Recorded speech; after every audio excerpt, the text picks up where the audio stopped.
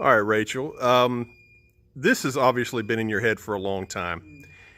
and you individually approached pretty much everybody that's part of this cast Right. to ask them to be a part of it. So why don't you talk a little bit about the cast? Sure.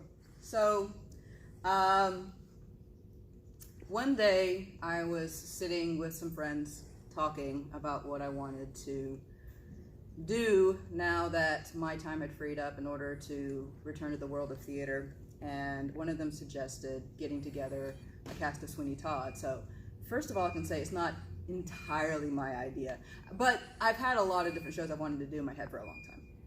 I was like, Sweeney Todd, that is, if you're going different, there's not much more different than Sweeney Todd. So I knew after I did Adams that this group specifically had the capacity and tools to really showcase one of Sondheim's harder shows. And I'm just going to go through and list of characters here to make it fair. I'm going to go through and just talk about everybody individually. The first one, Sweeney Todd. Big mistake. I wish I had. No, I'm just kidding. Actually, I have a very specific memory of when I knew I wanted to hopefully one day direct Stacy. And it was during Addams Family. We were trying to learn a certain song, and Stacy pulled me outside. I was the music director at the time, and asked for help on a very specific harmony. And the two of us sang harmony together, a cappella. And I listened to the way our sound combined together, and I was like, this dude can sing. Like, he can sing. And he talked to me a little bit about the roles he's played before, and I was like, he has this quiet intensity about him when he's on stage that I think in the right theatrical setting would really bring about a very creepy, authentic, tragic hero figure that I've sort of always envisioned Sweeney Todd to be. And I had never come across an individual that I felt like had that presence and then had that voice on top of it. So really, as soon as Sweeney Todd was mentioned, I sort of only had one person in mind. I think he's got a big challenge on his shoulders, but hopefully I think he feels like it's been a good journey so far. Anthony Hope, okay. Logan was suggested to me at the suggestion of his dad and somebody else that is in our cast and other people that have worked with him in the past. The way that I was introduced to Logan, we communicated through email, and then he sent me a copy of him singing Sound of Silence, his cover of that. And the tonality of his voice, the way that he sings, what he brings in terms of emotion and in technique, I just knew right away that he had to be available, because there was something in the way that he sang that I could close my eyes and I can immediately picture the character coming to life. And anytime that happens, I really feel like that's something that person needs to try to do if they have the opportunity. Joanna. I've known Katie for a year. And Katie has done a lot of leading roles in the past, and this is another leading role. But Joanna, the way I envisioned her, I wanted her to be portrayed by somebody who could bring out not just a pretty voice, not just a nice, pretty soprano sound. She's not a damsel in distress in my head. Somebody who has a little bit more life experience and has gone through some things and can bring themselves a little bit of maturity into the role, even though she's only supposed to be, very young in the show. I think casting somebody a little bit older, somebody that has that intelligence, that creativity, that life experience, really adds a lot to the role of Joanna.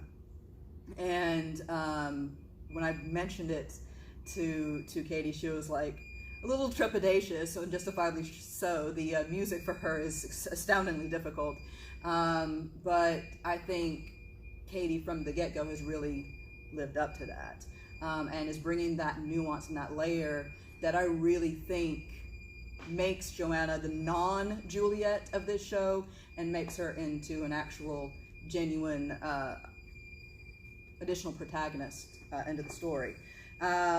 Tobias Ragg. Catherine was probably the first person who I cast in my head as soon as I thought about Toby. I didn't even try to think about looking for a guy for the part. I worked with Catherine on Addams Family, and we had talked and gotten to know one another. And then when I saw her in A Christmas Carol play a female version of Ebenezer Scrooge, I saw how talented she was. I saw depth that she was able to bring to a role that is practically ancient and gave it new life and vitality. And the ability to do that is something that I wanted to try to incorporate with Toby. Not just a whining little child necessarily, the way that he can be portrayed, but a genuinely sympathetic character, somebody that you wanted to believe in and you wanted to root for. And Catherine has that natural presence about her. She has that natural talent about her. And so far, gratefully, I've been very correct in that assumption in giving her that role, because she has met that at every single possible turn. Judge Turpin. Brian has played a lot of leading men in his career. He usually gets to play the smart aleck, or he gets to play, the leading man, or sometimes both of those at the same time. But he's, he and I have talked, and he's never played an out-and-out villain before, and particularly a villain that is like Turpin, where he is looking to find a justifiable reason why he does everything. And Brian has really given Turpin a lot of nuance. He has given him a lot of layers, and in a way that almost makes you uncomfortable, makes the judge somewhat sympathetic.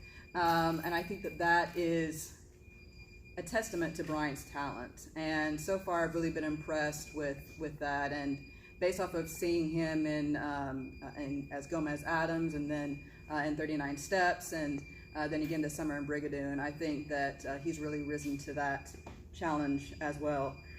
Beetle Bamford. I actually have a very distinct memory of when I knew I wanted to direct Curtis as well.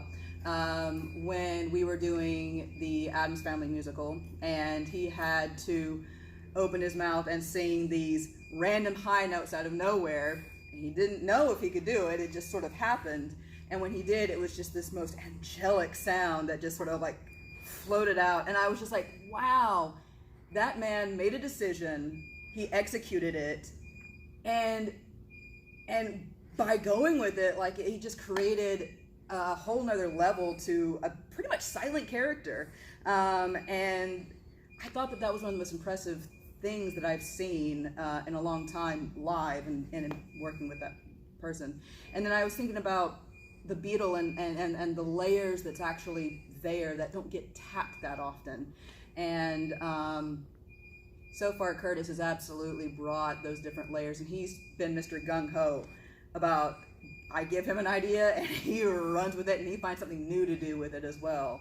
And so that sort of energy has really been appreciated. And speaking of somebody else who's done the exact same thing, Adolfo Pirelli,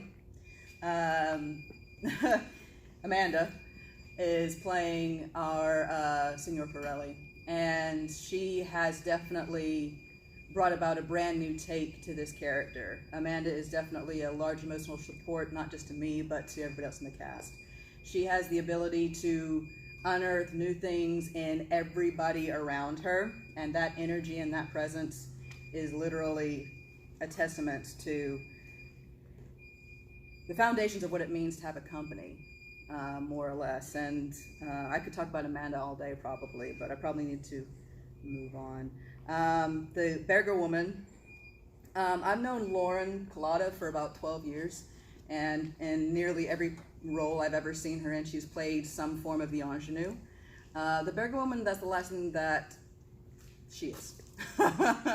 And originally, when we were sort of talking about what she might want to portray, she said, I wanted to do something different. And boy, is this different. This is about as far left as you can possibly go. But I think I've seen her have a lot of fun.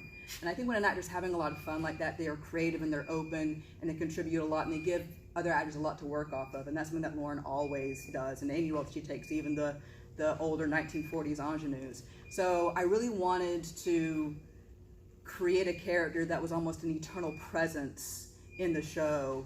And the one person who I trusted to do that and execute it consistently was Lauren. So that this isn't a 20-minute video. In terms of the Faces of London, obviously Jonathan's got one of the best voices and has one of the most beautiful minds in terms of music that I've ever seen. He has an incredible stage presence, even though he's just barely getting started. Adam, it's the exact same way. He has a presence that is very unique. He's got a beautiful voice. He's very willing, and he tries things almost constantly, and he goes for things all the way.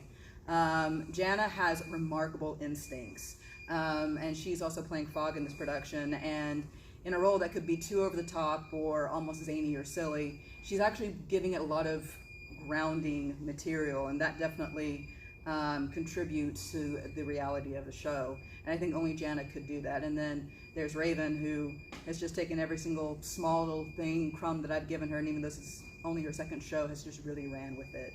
And she has a commitment and understanding of the semantics of the show and the way everything's supposed to work. And I think that we're all very lucky to have one another in this show. So that's what I have to say about this company. Thanks, Rachel. Absolutely. All right.